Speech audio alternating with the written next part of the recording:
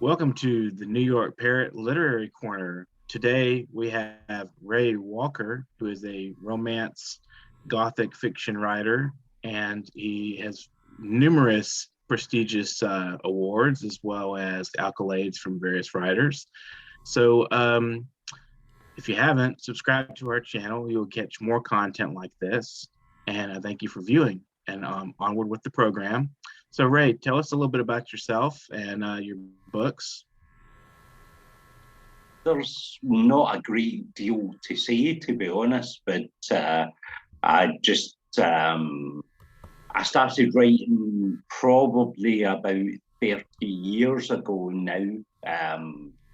Small romances, short stories.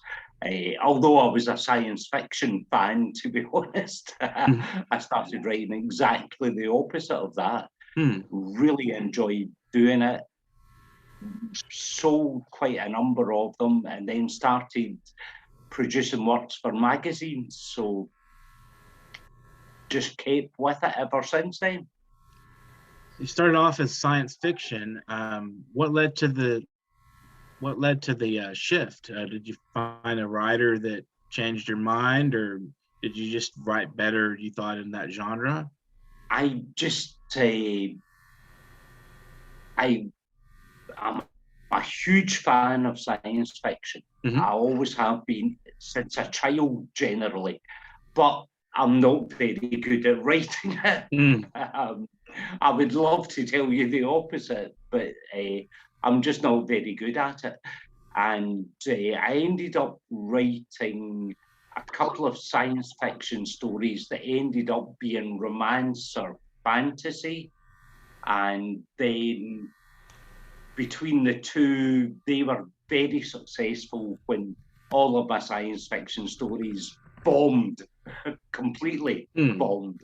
So I thought it's time to change track, and ended up doing romance and fantasy and horror these days as well. So okay, so I noticed on your site you have H.P. Lovecraft influences, and I do. What are some of your other than science fiction, outside of that genre? What are some of your other influences besides Lovecraft, and how did you come across them? I love. I was brought up in a small farm in the middle of nowhere, a place called Pickering, which nobody's ever going to have heard of, so there's no references there. But when you're stuck in your own in the middle of nowhere for years and years and years, you tend to read to fill up the dark nights of a Scottish winter. So, I started out probably at 10 or 12 reading Jack London and Robert Louis Stevenson and well, anything that would fill the time generally and the dark nights. So from there, I think I just moved into enjoying science fiction because some of those authors played with that idea. But my ideas were more general. I always think that science fiction, fantasy, horror, romance, they're all the one genre, really. Even literary fiction comes into it. If you think of even Call of the Wild, well, it's a science fiction story as such, because Buck becomes something different from the dog he was at the beginning of the story. So I think you can always combine all these things to become something more, and I've always stuck with that ever since then. It's interesting. Are you influenced by Hawthorne at all, or have you read Hawthorne? I have, but I was never particularly a fan. Oh. I'm assuming you're meaning Nigel Hawthorne as opposed to the British Hawthorne. Oh yes, yeah. I'm sorry.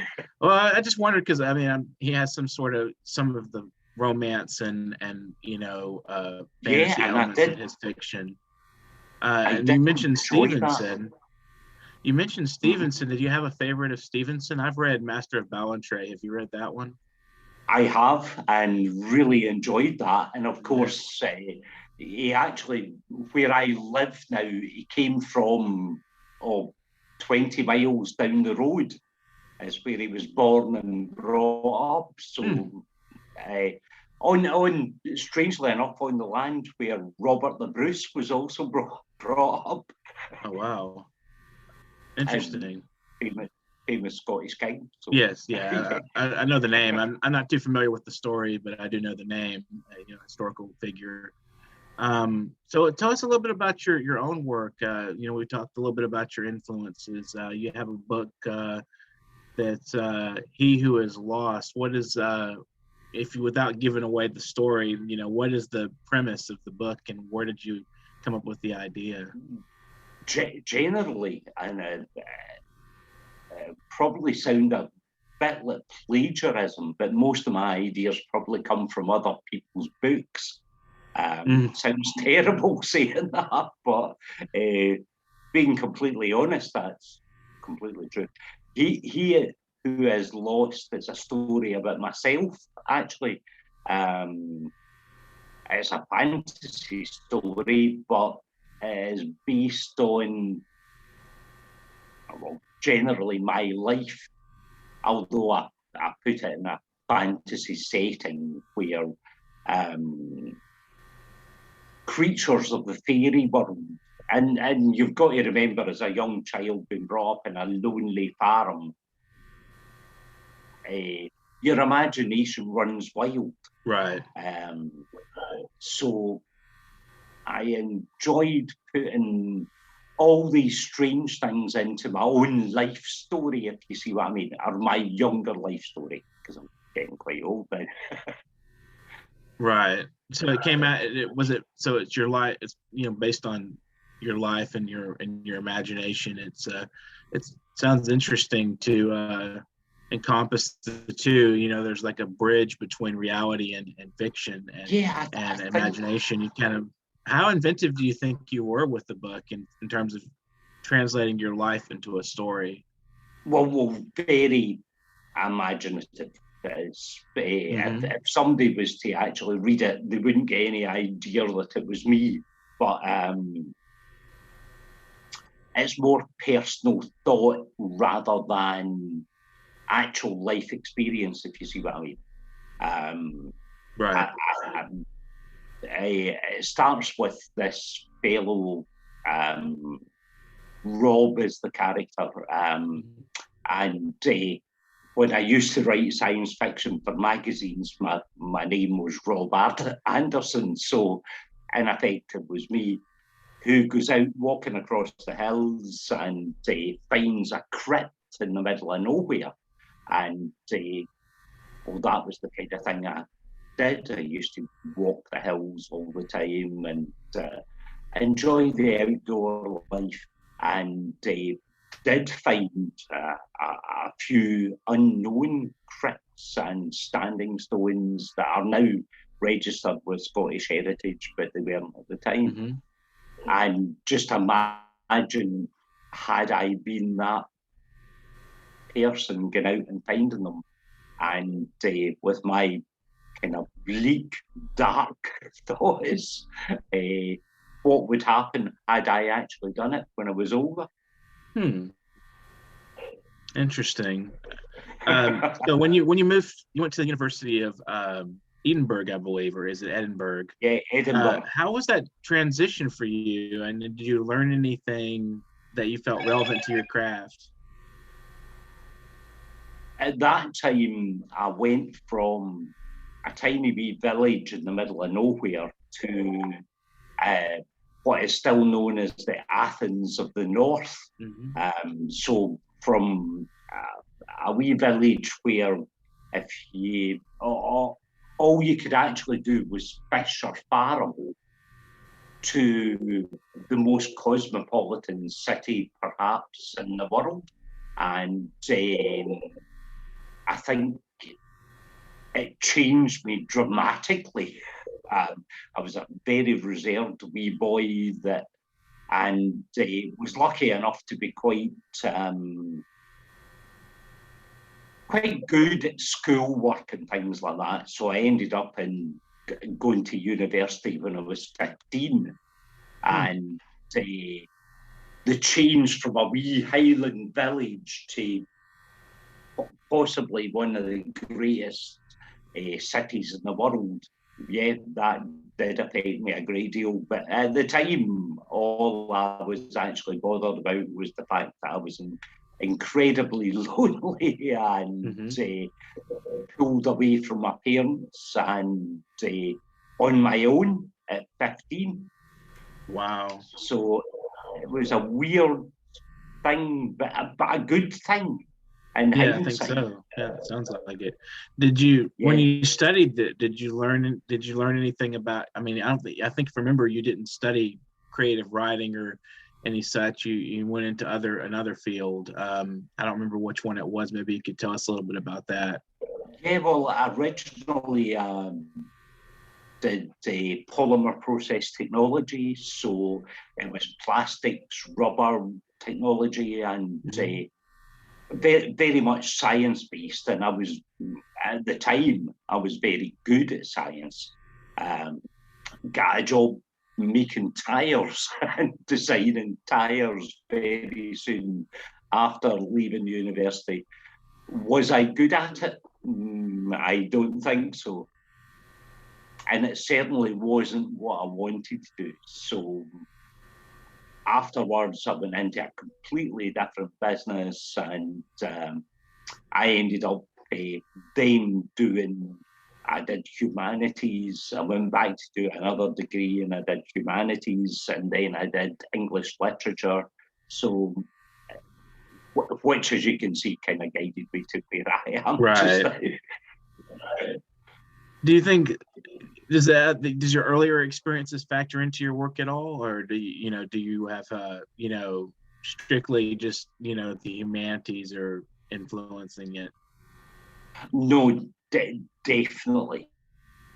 I think one of the main things that kind of factors into everything, well, perhaps not everything, but the majority of things I've written is the sudden change where, as I say, a 15-year-old boy going from a wee country town where you knew literally everybody, you would say hello to everybody walking down the street, to the grand metropolis, and feeling that you shouldn't actually be there, not worthy of being there. I think that's become pretty much part of everything, or the majority of things that I've written. And I suspect that will continue with me. Right. So what was the reception for your first book? When you first, entered into the world of literature, was it like a big explosion, like people were like, wow, or was it more like a little gradual, people gradually develop their reputation? It's kind of weird in that my first book was a silly book. Generally, it was, I had recently got divorced. I had met this girl from Canada and was very much in love, probably for the first time in my life.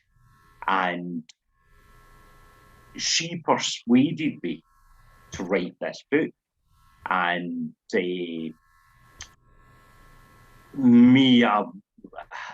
before that, I wrote poetry, I wrote the odd wee bits for television shows and things like that. I was never really an author at all, and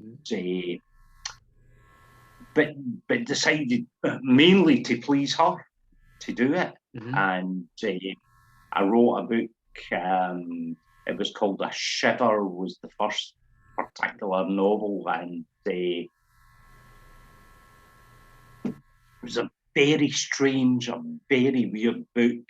was republished, strangely enough, recently as My Peculiar Guinevere. But did I ever think it would be a hit? No. And it was a kind of, had minor success. The critics loved it.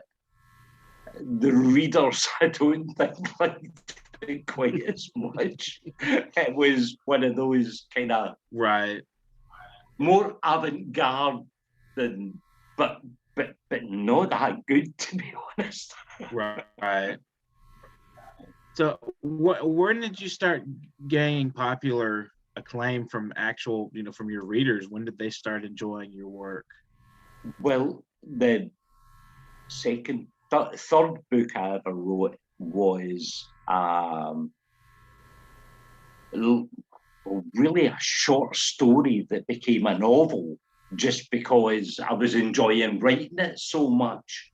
And it was a strange romance between, and we go back to my childhood at that point, a fellow that goes out and walks over the hills and goes into the woods, and at that point he rescues a deer from a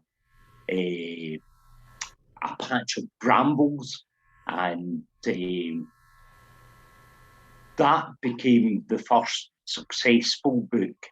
I was really surprised it was successful, because it was more, I wrote it for the fun of writing it, to be honest. And it was kind of based on something that had actually happened. I hadn't actually rescued a deer from a patch of brambles, but I had rescued a cat from a patch of brambles. And the idea just came to me as I was walking the hills, and it worked. So, and that one I'm still quite pleased with. I do enjoy that book, and I'm really pleased that it did that well. And then I decided to do something completely different, write a contemporary romance, just simply for the reason, well, if you're good at writing one thing, you can keep on doing it. I always remember as a child reading David Eddings, the fantasy writer, and thinking the first book was wonderful. The second book was the first book with a few changes. The third book was the first book with a few more changes. And I didn't want to keep on doing the same thing. Right. So I decided to do something completely different. And that was, of course, made into a television program, and later a film, a very bad film, I should say. But hey, it was still good that they tried it. Do you have anything to present as far as your writing to share with us, with the viewers? It could be a poem or a passage from a book. Oh, I could do that if you wish. Yes, please do. Let me think. It's me. I don't remember any of it, so I have to actually read it. That's okay. I can easily find one. Sure. You're watching the Parrot Literary Corner. Subscribe to the channel for exciting literary content. And we're here with Ray Walker. He's a fantasy, romance, gothic fiction writer, and he's going to present some writing for us. So just stay tuned and keep watching. You're bound to find some new discoveries, some interesting ideas. Usually gets anything literary. Only show of its kind. Beyond the border, not only in the United States, but outside the United States.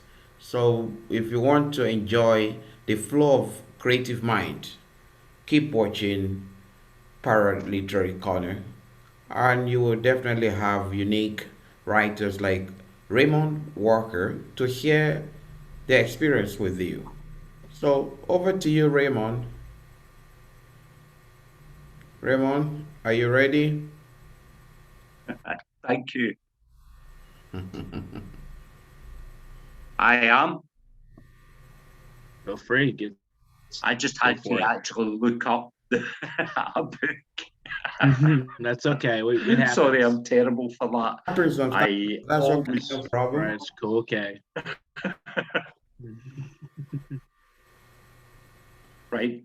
From a very straightforward fantasy romance, the garden looks really overgrown, full of flowers and vegetables, each vying with the other for what little space lies in the confining walls of the property, was his first thought. It's only a small garden attached to a small cottage that sat below a cascading weir and above an ancient humpback bridge over the small but fast-flowing river, was his second. I really must make more of an effort to get it back into order, back to some semblance of the way she had it, was his third. Rob knows that the garden is actually fine, with all in its place, and that were another, with a less critical eye to look out upon it, he would see a pleasant Scots Highland garden. To his eyes, however, it is overgrown, mismatched, the flowers in the wrong places, and he hates to think of it. So, for there was never a weed to be seen when Anne was alive. He also knows perfectly well that such a thought is as stupid as his earlier one, but he doesn't care. He knows it's not the way that Anne would have wanted it, and he would have liked it to be kept in the way that she liked it.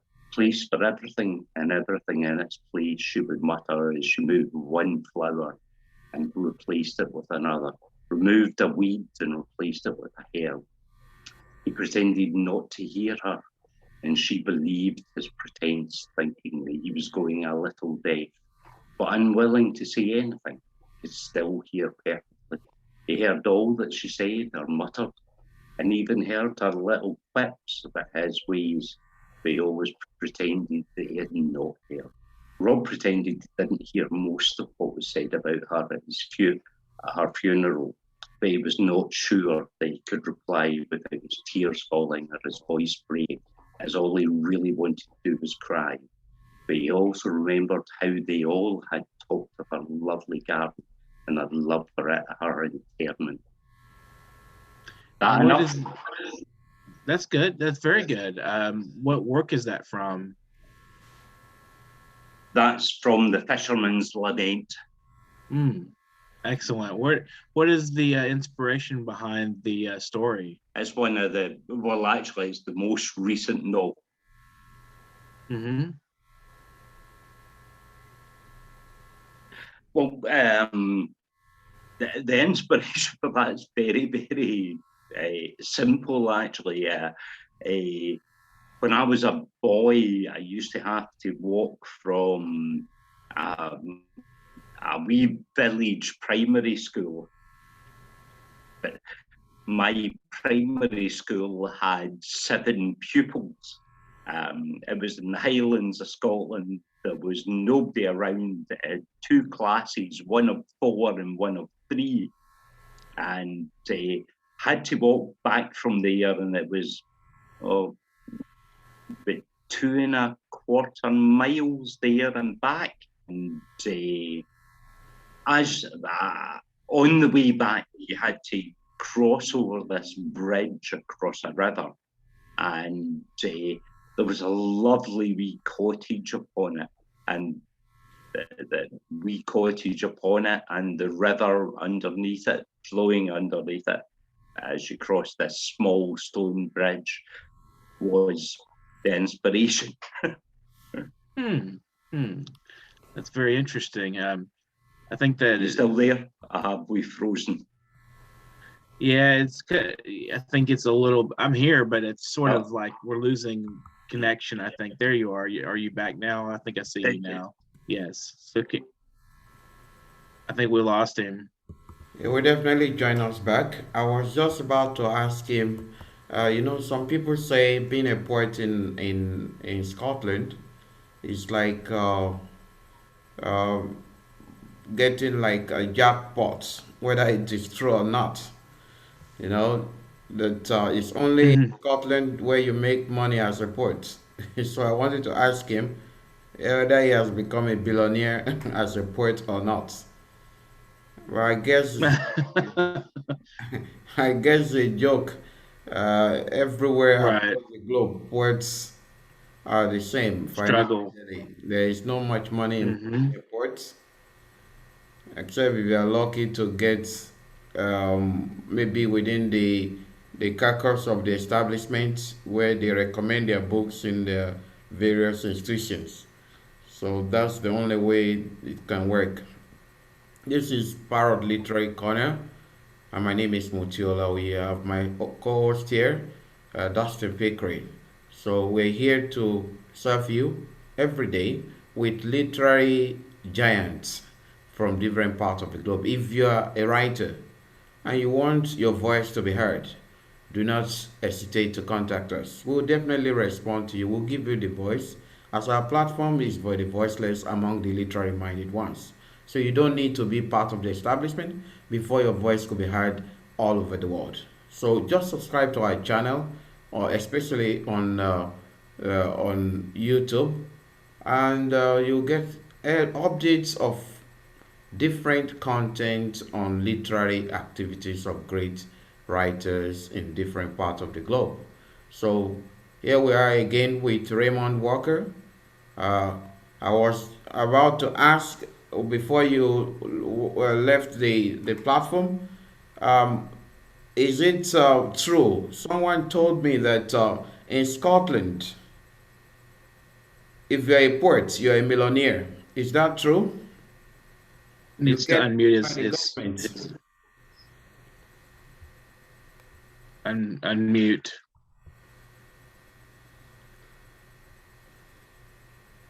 Raymond, He's. I mean,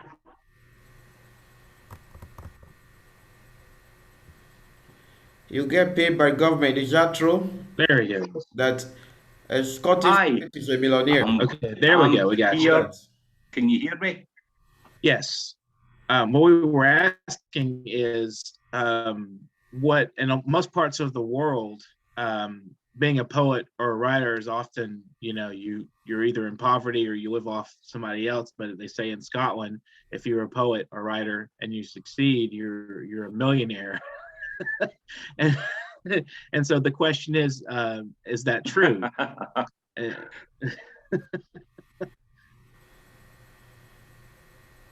No, it's not. Almost every poet and Scottish writer, apart from Sir Walter Scott, has been penniless.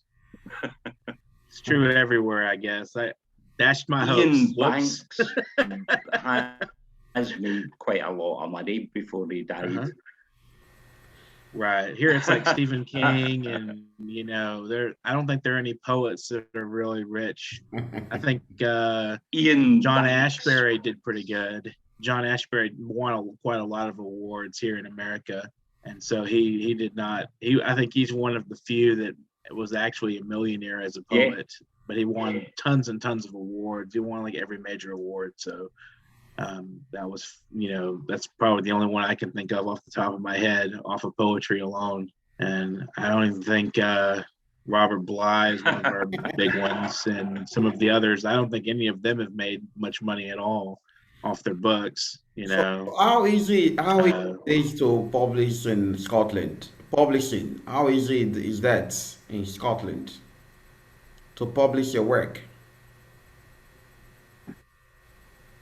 It's not easy, but unless you're interested in self-publishing, it's not easy at all.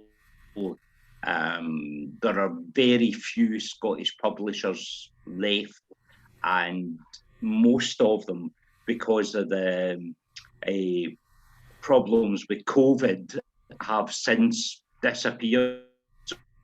So I suspect that self-publishing, apart from the big 5 or 6 publishing companies, is pretty much the only way to go now. I don't particularly like self-publishing. I have done it, but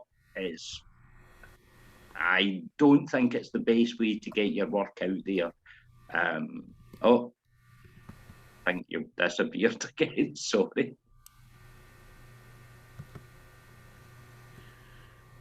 Well, we have about 8 minutes left. So my one of my questions, and this is whatever you want to add to this. I noticed on your website you have appraisals from Salman Rushdie, Margaret Atwood, people like that. Did they find your work, or did you reach out to them, or how did they come across your work?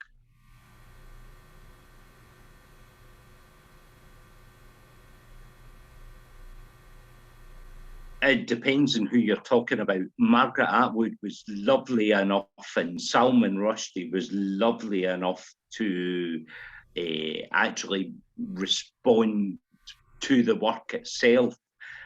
Other ones, to be honest with you, I did actually get in touch with them and said, please, can you review this? Hoping for the best. And to be honest, I did also get a couple back from people that I really respect that went, well, actually, I don't like it. So, wow. How does that feel? It's one of those things we're writing. Yeah, that's interesting. You get somebody you respect saying, well, I'm not too fond of this. How does that feel for you to hear that from somebody that you admire as a writer? Well, it's not pleasant, but at the same time, you can't be upset about it because just a name out off the top of my head, Milan Kundera, they wrote An Unbearable Lightness of Being and won the Nobel Prize, and I thought the book was shit. So, wow. Everybody has their own. Everybody has their own taste. Everybody has what they like to read, what they enjoy. I don't think you can be upset as somebody not liking something. You could be a fan of horror stories. And if I was to write a twee romance, you're not going to enjoy it. So it's a kind of natural thing, I think. Say people like some books and they don't others. I guess that's the way to look at it. Is just sometimes you hit it, you strike gold, and sometimes don't get me wrong, another person, it's just not their thing. They just don't really care for it, and that's just how you have to think of it. It's like maybe this just wasn't your thing. So other people liked it, obviously, So you had some excellent remarks from Salman Rushdie and Margaret Atwood, as I mentioned, and several papers and reporters said some highly praised it pretty highly. So that's good. So in conclusion, would you like to? Oh yeah. I think we lost you again. You're cutting in and out. But of course, you don't choose the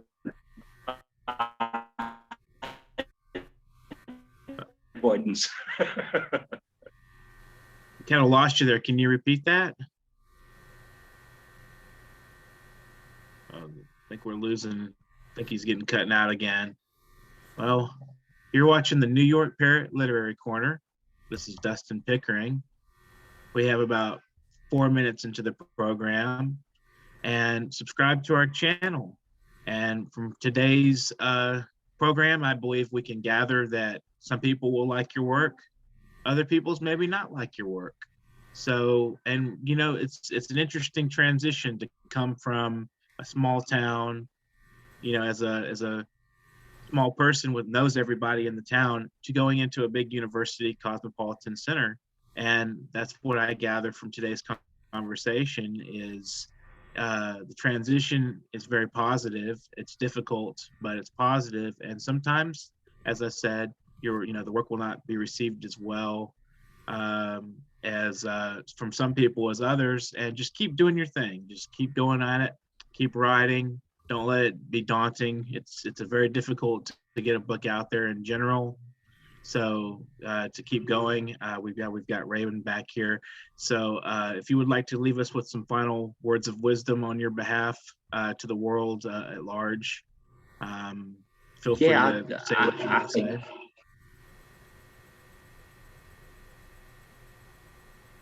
Okay, go ahead. I think you're dead right. I mean, in my opinion, sounds like we're having some technical difficulties. The best book I've ever written, and by far, in my opinion, to date, has sold. It's very unfortunate that we're unable to get. Well, he was a writer of science fiction. He just became a robot. Many hundreds of thousands. So it's just what people like, and right. I don't know if he's having a hard time hearing us as well, but sorry, I have the internet connection's really bad. I can't hear you. Yeah. We're having trouble. You're cutting in and out a lot too. So, but that's quite all right. It's cutting into. We've got about 2 minutes into the meeting. So, if you can hear us now, feel free to repeat in general what you said. What you were saying. Oh, what I was saying was that the best book I've ever written, in my opinion, by far the best book I've ever written, has not sold at all. Books that I have imagined to be also rant, rubbish, have sold in the thousands. So I think the book buying public are quite fickle, and they're going to like what they're going to like, whether it's well written, whether it's well produced, whether it's real literature, or whether it's whimsy, doesn't matter. And the book buying public, they're the people that matter, because without them. This has been the New York Parrot Literary Corner. Subscribe to our channel, please. I implore you. It will pay our rent. Not really, but we'll try to. Anyway, just reach out to us if you would like to participate. And the New York Parrot Literary Corner is a platform for all writers of any cast or character. So please reach out. Thank you very much for joining us today. And thank you to Raymond Walker as well for being a part of the program. If he can hear us, I think he's still cutting in and out. So every once in a while I can hear him.